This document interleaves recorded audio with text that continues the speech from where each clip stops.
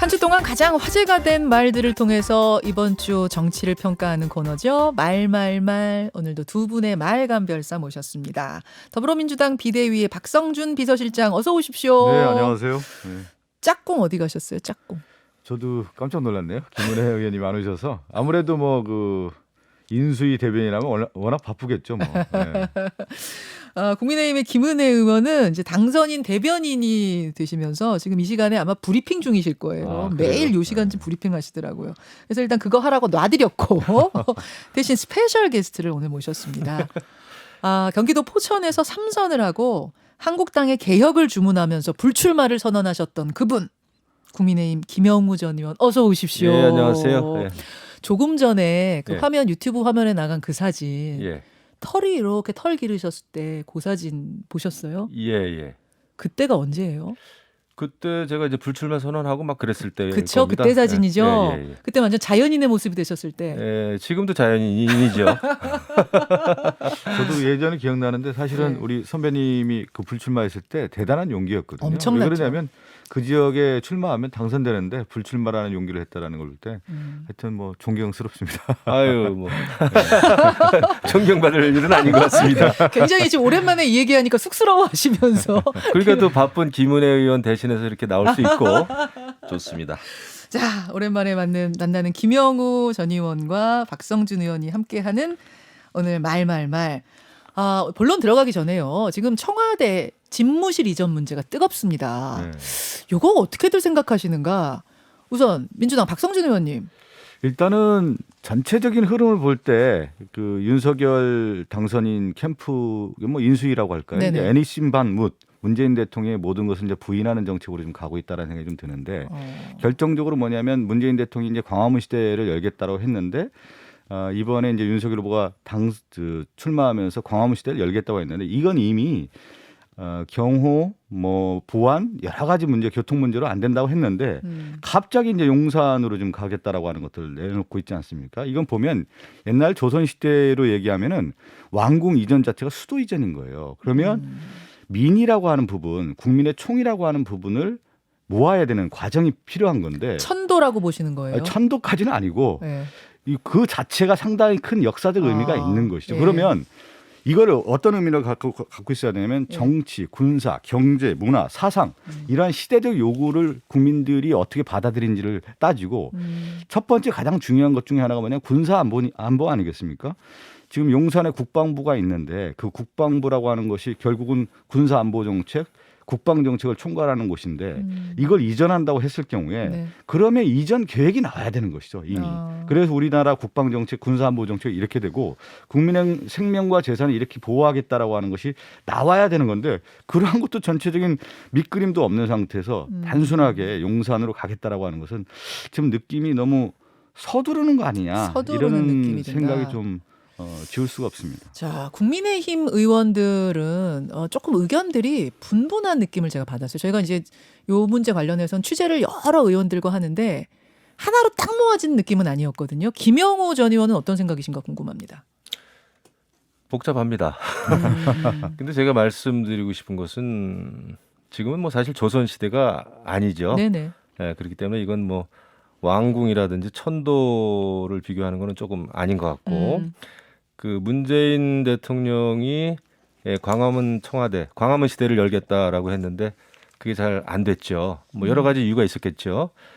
근데 이번에 이제 청와대에서 나오겠다고 하는 것은 대통령이 참모진과의 소통도 그렇고 국민과의 소통도 그렇고 여태까지 청와대 대통령이 가지고 있었던 그 불통의 이미지 네. 그런 게 너무나 컸었죠. 그렇기 때문에 이제 청와대 대통령 시대를 마감하겠다라고 하는 의혹인 것 같은데 그 용산으로 갈 건지 아니면 광화문의 외교부 청사로 갈 건지는 정해지진 않았습니다. 그래서 오늘이죠. 그 인수위에 계신 분들이 현장 답사하는 걸로 제가 알고 있고 당선자도 가고요. 예, 네. 그래서 제가 보더라도 시간을 조금 두고 아주 치밀하게 정교하게 준비를 하는 것이 옳고요. 그런데 이제 안보와 관련해서 말씀들을 많이 하시는데 저도 이제 국방위원장을 했고요. 위원장 출신이시죠? 예, 여러 가지 작전 관계는 이제 그 옆에 있는 합참이라든지 합참의 지하 벙커라든지 이런 데서 다 하고 있습니다. 근데 문제는 국방부의 직원들도 물론 굉장히 중요하죠. 그래서 그 많은 직원들이 일할 수 있는 그 공간, 이전 그 계획 이런 게 잘 세워졌으면 좋겠다 하는 말씀을 드립니다. 그러니까 청와대 이전 자체가 제가 조선시대 뭐 천도까지 얘기를 한 이유가 뭐냐면 그만큼 중요한 사안이라는 거예요. 그러면 윤석열 후보가 소통을 위해서 청와대 집무실을 이전하겠다고 얘기를 하지 않았습니까? 네. 그러면 이 소통이라고 하는 게 뭡니까? 내가 이전을 하겠다라고 하는 것을 국민에게 소상히 알리고 왜 옮길 수밖에 없는지를 다 설명한 다음에 가야 하는 것이 소통인데 그 소통 절차가 없는 거예요. 그냥 이전하겠다. 그냥 따라와라 이런 건데 제가 그런 차원에서 봤을 때는 결국은 그리고 또 하나가 뭐냐면 지금 4차 산업혁명 시대에 물리적 공간이라고 하는 부분이 큰 의미는 없어요. 왜 그러냐면 지금 메타버스 시대다, SNS 시대다. 그리고 소통이라고 하는 것은 결국은 정치라고 하는 것은 언론을 통해서 정치하는 거 아니겠습니까? 그러면 대통령이 기자들과 충분하게 얘기할 수 있는 소통의 공간 그리고 국민의 현장 접촉을 늘리는 것이 소통인 것이지 물리적 공간에 이동했다라고 하는 것 자체가 소통을 열겠다라고 하는 것은 지금 시대에 맞지 않는 것이죠. 그러면 그 이전에 이미 그렇게 이전하겠다고 하면은 충분한 공약과 정책을 통해서 검토를 통해서 얘기했어야 되는 건데 지금 보면 그러한 충분한 검토가 없는 상태에서 나오다 보니까 굉장히 논란이 될 수밖에 없는 것이죠. 광화문이면 별 문제 없는데 용산이어서 지금 문제인 그렇지가 거예요? 않죠. 광화문도 마찬가지인 게 이번에 윤석열 캠프가 공부가 안 됐다라는 거예요. 왜 그러냐면 문재인 후보가 당시 광화문 시대에 열겠다고 했는데 2019년도에 충분한 검토를 했더니 광화문이 어렵다는 거 아니겠습니까? 그래서 안 된다라는 것은 이미 결론이 난 건데 윤석열 캠프에서 광화문 시대에 열겠다라는 공약을 냈다는 건 뭐냐면 이미 공부를 안 했다라는 거예요. 공부를 안 했다? 검토를 안 한 거죠. 실질적으로 뭐냐면. 그러니까 하나의 정책이라고 하는 것은 역사성을 띠게 돼 있는 거거든요.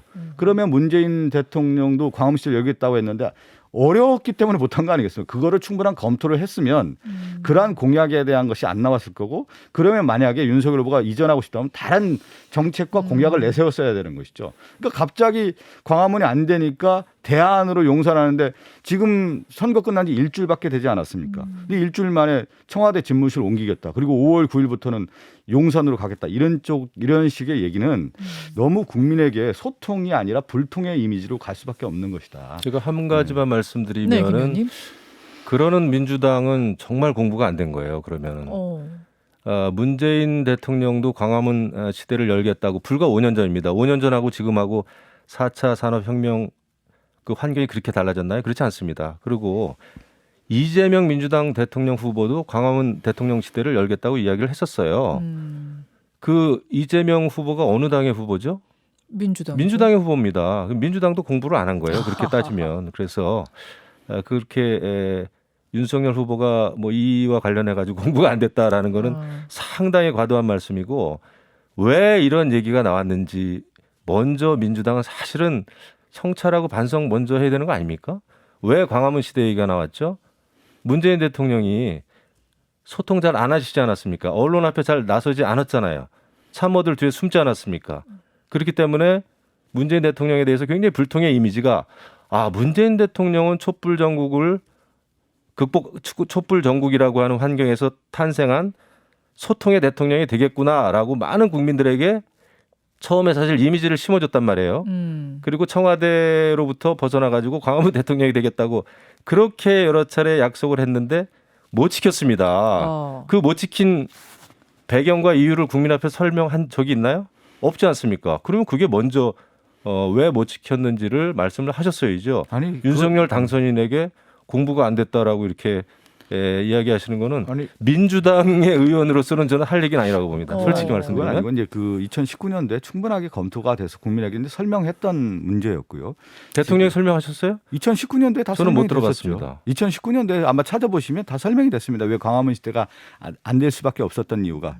집무실 이전이 안 됐다는 이유를 충분히 그런데 이재명 후보는 왜 또 광화문 대통령 얘기를 하고 그랬습니까? 아니 그러니까 잘 들어보십시오. 그러니까 이제 우리나라 이제 청와대 이전에 대한 문제는 역사적으로 계속 있었던 문제 아니겠습니까? 그렇지만 실질적으로 윤석열 후보 자체가 광화문 시대를 열겠다라고 하는 내용 자체가 그 지금에 와서 부인을 하는 거 아니겠습니까? 그러면 충분하게 국민에게 소통하고 왜 그럴 수밖에 없는지를 설명하지 않은 상태에서 용산 이전이라고 하는 카드가 내었을 경우에 국민이 어떻게 납득할 수 있겠습니까? 그런 차원의 얘기를 하는 겁니다. 선거 대선 과정 중에 네. 캠프에서 여러 차례 설명을 했습니다. 왜 청와대 대통령이 안 되는지, 왜 제왕적인 대통령이 문제가 있는지, 왜 대통령의 여태까지 그 불통의 시대가 여태까지 계속 지속돼 왔는지에 대해서 설명은 여러 차례 했어요. 근데 너무 여러 차례 자, 많은 사람들이 하다 보니까 예, 아마 각인이 안 된 것 같은데. 오늘 이 두 분의 토론, 사실은 오늘 이게 본론 토론이 아니었는데도 이렇게 뜨거운 걸 아, 보면서 그렇습니까? 그렇습니다. 본론 아니었어요. 용산으로의 이전 문제가 이 토론이 뜨겁다라는 것은 받아들이기 어렵다는 얘기예요. 이게 조금 더 뜨거워질 분위기다. 좀 그렇죠. 이런 느낌이 네. 조금 드는데 하여튼 보겠습니다. 보고 오늘 또 현장 방문을 인수위가 갔다 와서 네, 어떤 결정이 안 또 됐으니까요. 검토에 검토 후에 또 평가가 나올 테니까요. 듣고 얘기를 하기로 하고 말말말로 가죠. 말말말로 가겠습니다. 먼저 오늘 스페셜 게스트로 오신 국민의힘 김영우 전 의원이 골라온 말부터 듣죠. 문 대통령은 힘든 선거를 치르느라 수고 많으셨다며 선거 과정의 갈등과 분열을 씻어내고 국민이 하나가 되도록 통합을 이루는 게 중요하다고 말했습니다. 문 대통령은 정치적인 입장이나 정책이 달라도 정부는 연속되는 부분이 많고 대통령 사이의 인수인계 사항도 있으니 조만간 직접 만나서 이야기를 나누자며 새 정부가 공백 없이 국정 운영을 잘 할 수 있도록 지원하겠다고 말했습니다. 자, 대선 다음 날인 3월 10일 문재인 대통령이 윤석열 당선인에게 축하 인사 건네면서 통화를 했거든요. 그 내용을 박경미 대변인이 브리핑한 거예요. 김영우 의원님, 왜 이 말을 골라오셨을까요? 너무 좋은 말이기 때문에 골라왔습니다. 그 사실 국민이 하나가 되도록 통합을 이루는 게 중요하다. 이렇게 윤석열 당선인께 이제 대통령이 말씀하셨다는 거잖아요. 네네. 그런데 너무나 좋은 말인데 그 문재인 대통령이 통합 또 갈등의 봉합을 이야기하는 게 한편으로는 좀 씁쓸했어요. 왜요? 지난 5년 동안 사실 문재인 대통령은 국민의 여론을 갈라놓고 또 국민을 굉장히 여러모로 좀 갈라치게 한 그런 정치를 하지 않았나 생각이 들거든요. 하다못해 의사하고 간호사하고 갈라치고 또 서초동 집회, 광화문 집회가 열릴 때 조국 전 장관을 또 감쌌고요. 그 한편만을 계속 감싸고 국민의 그 여론, 국민을 분열시킨 이 문재인 대통령의 지난 5년 그 통치를 보면 글쎄요. 그 문재인 대통령이 통합을 이야기하기가 조금 부끄럽지 않을까 솔직히 이런 생각이 들었습니다. 그래서 저는 물론 문재인 대통령은 출범과 동시에 국민을 하나로 모으겠다. 통합이 중요하고 화합이 중요하다라는 얘기를 시작하면서 또 그것을 약속을 하면서 집권을 시작했단 말이죠. 그런데 지난 5년 내내 국민이 정말 많이 갈라졌고 그다음에 결국 이번 대선에서도 대한민국이 완전히 두 쪽 난 그런 결과를 우리가 맞이한 겁니다. 물론 정권 교체는 이루어졌지만 말이죠. 그래서 이 같은 상황은 이 같은 상황이 왜 벌어졌을까? 이것은 대통령의 잘못이 있다. 조국 전 민정수석을 법무부 장관으로 앉히면서 사실은 대한민국 정치가 지난 5년 동안 이렇게 흘러와서 정권 교체가 된 거죠. 자, 그럼 이 말을 골라오신 이유가 참 좋은 말인데 들으면서 씁쓸했기 때문에 이번 주에 각인이 되셨어요. 씁쓸한 코미디라는 생각이 좀 들었어요. 씁쓸한 코미디 같은 말이었다. 박성준 의원님. 저는 이제 윤석열 당선인이 됐으니까 그런 면이 좀 김영우 전 의원께서 얘기를 하셨지만 결국 대통령 당선인이 앞으로 해야 될 일 중에 하나가 뭐냐면 갈등과 분열을 극복하고 화합과 단합으로 가는 면에서 저는 그렇게 일을 해줬으면 좋겠습니까? 그러면 우리 이제 대선 과정에서도 윤석열 당선인도 갈라치기를 많이 했죠. 우리 사회 이제 여러 이제 갈등의 요소들을 부추기면서 결국은 이제 당선이 된 거죠. 그러면 이제 국민 앞에 이제 통합의 모습을 저는 가야 된다고 봅니다. 지금 박경미 대변인의 이제 말을 통해서 얘기했다고 하면은 만약에 그 말이 옳은 말이라고 하면 이제 윤석열 당선인과 지금 인수위원회가 국민 대통합할 수 있는 길이 무엇인지를 좀 제시했으면 좋겠고 너무 좀 성급하게 일을 좀 안 했으면 좋겠습니까? 좀 차분하게 긴 안목을 가지고 좀 갔으면 좋겠다. 지금 좀 성급하게 성급하게 하는 것 같아요. 뭐 네. 용산 이전 그 말씀 그 문제도 그렇고 또 그렇게 지금 느끼시는 부분이 있습니까? 뭐 사면 문제라든가 또 하나 뭐 인사에 대한 얘기라든가 이런 아하. 것들은 특히 사면 문제도 저는 너무 조급하게 우선순위가 있지 않습니까? 대통령과 당선인이 만났을 때 지금 우리 사회 가장 긴급하게 해결해야 될 과제가 무엇입니까? 제가 볼 때는 지금 윤석열 당선인이 후보 시절에 계속 얘기하지 않았습니까? 경제 문제에 있어서의 소상공인 자영업자에 대한 재난지원금을 확실하게 하겠다라는 얘기를 했었고 예. 지금 산불이 나지 않았습니까? 그러면 저는 우선순위에 대한 부분이 있다고 봐요. 그럼 코로나에 대한 문제, 산불 현장의 재난에 대한 문제 이런 문제를 어떻게 해결하냐. 민생 문제를 해결했다고 하는 안을 먼저 제시하는 게 맞은 것이지 어느 날 갑자기 대변인이 나와가지고 이명박 전 대통령에 대한 사면을 문제를 나오면 이게 바로 갈등을 얘기하는 거고 서로 화합이라고 하는 카드로서의 사면을 얘기했지만 오히려 그것이 국론 분열을 갖고 있는 모습 아니겠습니까? 저는 우선순위가 있다고 보거든요. 그래서 그것이 오히려 지금 당선인의 모습이 좀 조급한 거 아니냐. 라는 생각이 좀 들어요. 자, 지금 회동이 대통령과 당선인의 회동이 깨진 이유로 사람들이 꼽고 있는 게 두 가지예요. 지금 말씀하신 MB 사면을 미리 얘기한 거, 거기다 뭐 김경수 지사 건까지 묶어서 얘기한 것 때문에 청와대가 불쾌했다. 요 얘기가 하나 들리고 또 하나는 임기 말 인사권을 문재인 대통령이 행사를 하고 가느냐 말고 가느냐 요거 때문에 또 이제 좀 부딪힘이 있었다라는 건데 김영우 의원님 네. 어떤 입장이세요? 그 이명박 전 대통령 사면 문제는 윤석열 당선인 쪽에서 너무 서두른 게 아니라 이미 너무 늦었습니다. 그러니까 예를 들면 문재인 대통령이 지난해 박근혜 전 대통령 사면할 때 사실은 같이 사면을 했어야 돼요. 근데 지금 민주당 쪽에서는 또 청와대 쪽에서는 박근혜 전 대통령하고 이명박 전 대통령을 굉장히 비교하면서 차이점을 굉장히 강조하면서 이명박 전 대통령에 대한 사면 그 카드를 쓰지 않은 거죠. 그러면서 이제 보수를 또 어떻게 보면 또 한 번 갈라치기를 한 건데 이거는 지금 해도 만시지탄입니다.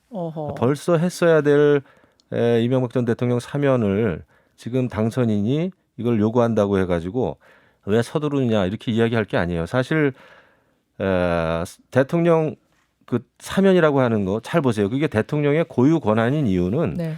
그만큼 그게 대통령에게 주어진 엄청나게 어려운 권한이기 때문에 고유 권한입니다. 국민 통합, 국민 공감대 속에서 정치인을 사면한다라고 하는 것은 불가능한 겁니다. 어떤 정치인에 대해서 모든 국민들이 사면을 다 찬성하겠어요? 절대 그런 일이 없어요. 여태까지 행해졌던 모든 정치인에 대한 사면은 대통령의 결단으로서 사면을 통해서 국민 통합에 한 발자국이라도 다가가는 거지 국민 공감대 속에서 정치인을 사면하겠다? 그거는 굉장한 핑계입니다. 통합이 아니라 오히려 분열을 갖고 올 거라는 게 지금 박 의원님 그렇지 말씀이셨는데. 않죠. 이 사면을 통해서 사면을 하면은 반대하는 사람은 여전히 반대할 겁니다. 그렇지 않겠어요? 네. 누가 이명박 전 대통령 사면을 다 반대하겠어요. 지금도 반대 여론이 저는 수치상으로는 약간 높은 걸로 저희 알고 있습니다.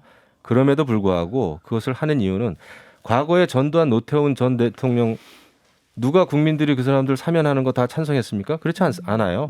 하지만 그때 DJ 당선인은 현직 대통령인 김영삼 대통령에게 사면을 요청했던 겁니다. 그것이 그래도 국민이 하나가 되는 통합으로 가는데 그래도 작은 단초라도 마련할 수 있을까라는 기대 때문에 한 것이거든요. 통합에 효과가 있었다고 보세요? 그럼요. 아. 저는 그것이 전국을 안정시키고 그것이 그래도 전직 대통령에 대한 예우고 그다음에 고령이지 않습니까 지금?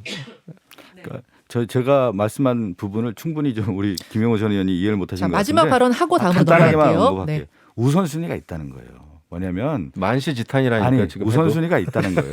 그리고 그 대통령 고유 권한이라고 하면 윤석열 당선인이 돼서 사면권을 하면 되지 않겠습니까? 윤석열 그리고 대통령이 오히려 하셔라. 결자해지 얘기하는데 윤석열 그 검사 시절에 이명박 전 대통령을 구속시켰잖아요. 그러면 결자해지가 오히려 윤석열 당선인에게 있는 것이죠. 거기에서의 결자는요 문재인 대통령입니다. 왜냐하면은 윤석열 당선인은 당시에 그냥 검찰이었을 뿐이고 적폐청산이라고 하는 이 거대한 이 프로젝트를 추진한 게 누굽니까? 문재인 대통령이잖아요. 어. 그러면 결자는 문재인 대통령인 것이지 그냥 그 사건 그러니까 수사한 뭐냐면- 검사는 아니, 그러니까 몸통이 아니죠. 공을 넘길 필요가 없다는 거예요. 자, 만약에 그거 예. 사안 자체가 중요하다고 하면 네. 대통령 취임해서 예. 그 문제에 사면권을 해서 하면 되는 고유 권한 아니겠어요? 아니, 문재인 대통령이 네. 안 하면 그렇게 되겠죠, 예, 당연히. 그렇게 하시면 되는 거죠. 이게 지금 예. 끝도 없이 평행선이에요. 왜냐하면 결자가 누구냐 도대체 누가 해지를 해야 되느냐 이게 지금 실마리가 안 풀리기 때문에 예. 이런 의견들 속에서 아마 회동도 좀 무산이 된 게 아닌가 싶은데요.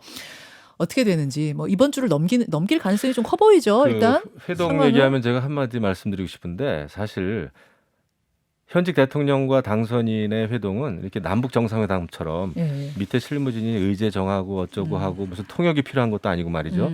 이것도 구태입니다. 대통령을 너무 우리가 권위적으로 생각하니까 그 전에 사전 그 미팅을 해가지고 의제 정하고 하는 거예요. 예. 절대 그러면 안 되고 아니 당선인을 현직 대통령이 만나서 이야기하는데 무슨 그런 그 의제 설정이 필요 있어요.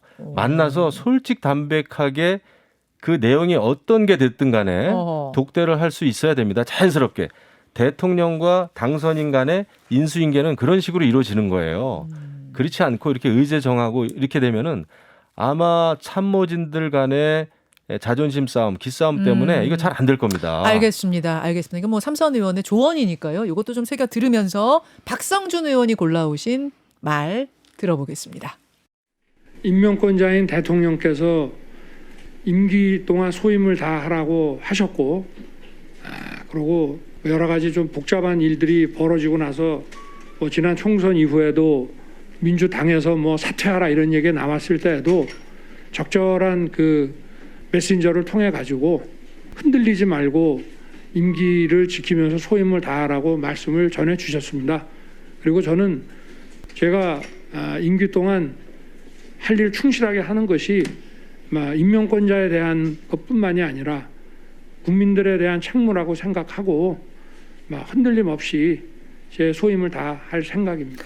자, 2020년 10월 22일에 말을 골라오셨어요. 그러니까 윤석열 당선인이 검찰총장이던 시절에 국정감사 현장에서 한 말이죠. 이 얘기를 골라온 이유가 이제 얼마 전에 권성동 의원이 김호수 총장 이제 사퇴를 압박한 얘기가 있었단 검찰총장. 말이에요. 예.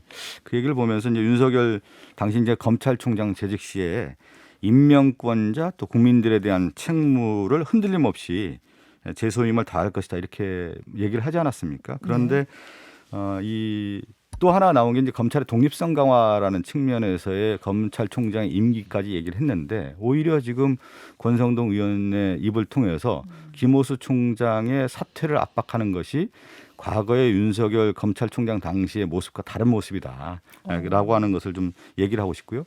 이 이제 검찰총장의 임기를 보장하는 것은 뭐냐면 권력기관 간의 상호 견제 원리에 의해서 독립을 시켜준 겁니다. 그런데 검찰의 조직을 독립을 했더니 이것 자체가 권력이 남용될 가능성이 크기 때문에 뭐냐면 선출된 권력이 문민 통제를 통해서 법무부 장관의 수사 지휘권을 만든 것이죠. 서로 또 상호 견제 균형을 올립니다. 그런데 또 봤더니 검찰의 권력이 집중되고 오히려 남용될 가능성이 크다라고 하는 부분에 대한 개혁적, 제도적인 어떤 문제를 얘기를 한 겁니다. 그래서 뭐냐면 공수처라고 하는 것이 생긴 겁니다. 그래서 민주주의의 기본 원리의 가장 큰 건 뭐냐면 권력의 집중을 막는 거예요. 그래서 상호 견제와 균형의 원리인 것인데 예. 지금 봤을 때는 오히려 법무부 장관의 수사지휘권 폐지라든가 공수처의 기능을 약화한다든가 그러면서 민정수석실을 폐지하면서 오히려 이제 그 인사 검증까지 검찰에게 넘기겠다라고 하는 걸 보면은 지금 전체적인 흐름을 볼 때 민주주의의 원리라고 하는 견제 균형의 원리가 아니라 검찰의 권한을 오히려 더 강화하겠다라고 하는 모습으로 좀 읽혀진다. 이것은 상당히 위험한 거 아니냐라고 하는 측면에서 제가 말씀을 골라온 겁니다. 자, 김영우 의원 어떻게 생각하세요?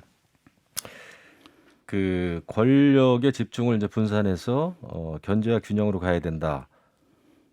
너무나 옳은 말씀이고요. 그렇게 꼭 돼야 되죠. 그런데 문재인 정부에서 일어났던 것은 검찰의 권력을 분산해서 견제와 균형으로 간 것이 아니라 이두저도 아닌 죽두법도 아닌 그러니까 수사가 제대로 이루어지지 않았죠.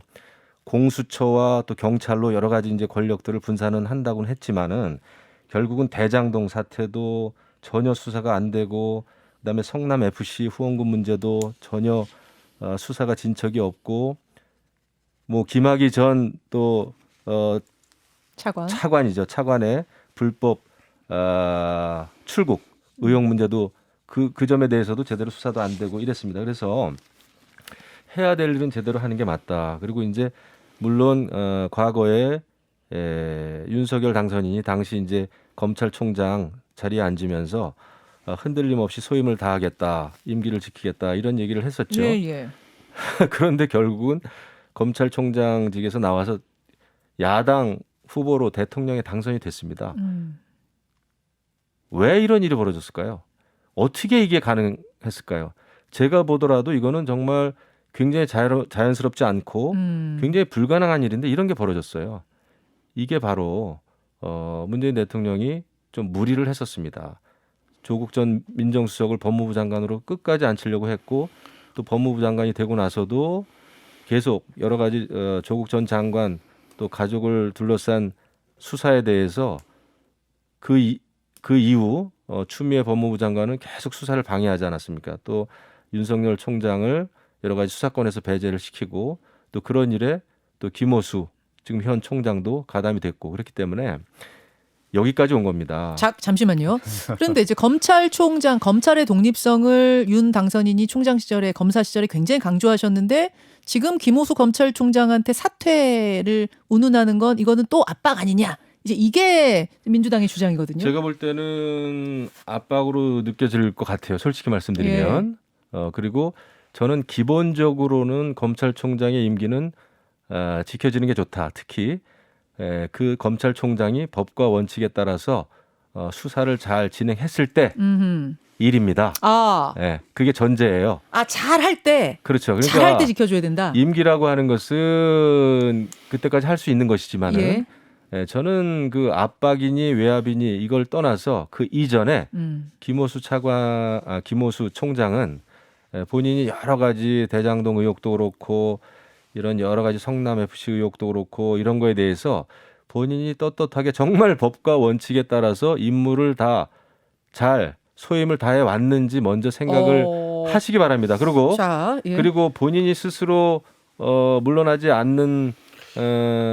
않는다면 그거는 그 내년 5월까지 임기를 다 하는 수밖에 없는 거예요. 알겠습니다. 박 의원 이제 30초씩만 더 드리고 맞춰야 될 것 같아요. 우리나라 민주주의 역사를 볼 때 자유민주주의를 내세우면서 오히려 자유민주주의를 억압했던 역사였습니다. 전두환, 이명박 전 대통령 민주주의를 얼마나 억압했겠습니까? 근데 그 자유민주주의를 내세웠는데 자유민주주의의 근간은 뭐냐면 개인의 기본권 그리고 공공성을 확보하는 거예요. 그 근간이 뭐냐면 법치주의라는 거예요. 근데 이 법치주의가 뭐냐면 법의 해석과 적용과 법령에 대한 그 해석을 할 때 자의성이 들어가더라는 거예요. 그래서 자의성을 막기 위해서 뭐냐면 견제와 균형의 원리를 하는 거예요. 지금 뭐냐면 우리나라 87년 이후에 민주화를 위한 제도화의 과정이라고 하는 것은 결국은 권력 남용을 막기 위한 거 아니겠습니까? 그래서 검찰이 지나치게 권력이 강해진 거 아니냐. 그래서 공수처까지 생긴 겁니다. 근데 이 시점에 다시 검찰총장을 압박하고 빼내려고 하고 있고 검찰의 권한을 강화하려고 하는 것이 오히려 저는 민주주의의 후퇴로 갈 수 있다라고 하는 것을